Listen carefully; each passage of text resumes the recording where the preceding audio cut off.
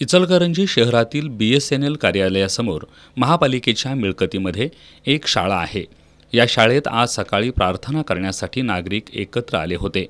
महापालिकेच्या शाळेचा वापर धार्मिक कारणासाठी होत असल्याने याबाबत हिंदुत्ववाद्यांनी महापालिका आणि पोलिसांकडे तक्रार केली। याची दखल घेऊन शिवाजीनगर पोलीस ठाण्याचे निरीक्षक राजू तहसीलदार यांच्यासह पथकाने घटनास्थळी धाव घेतली। यावेळी प्रार्थनेसाठी जमलेल्यांकडे परवानगीबाबत विचारणा केली असता शाळेकडून तोंडी परवानगी घेतल्याचं सांगितलं। यावेळी पोलिसांनी उपस्थितांची नावे नोंदवून त्यांना पोलीस ठाण्यात येण्याच्या सूचना केल्या।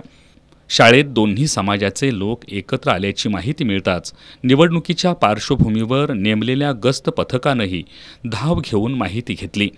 पोलिसांनी दक्षतेचा भाग म्हणून दोन्ही समाजाच्या लोकांना शाळेतून बाहेर जाण्यास सांगितलं। दरम्यान शाळेत शिक्षणाचं कार्य चालवण्यास कोणाचा विरोध नाही, पण महापालिकेची शाळा असताना धार्मिक कार्यक्रम घेणे बेकायदेशीर असून याबाबत पोलीस ठाण्यात तक्रार करणार असल्याचं हिंदुत्ववाद्यांनी सांगितलं।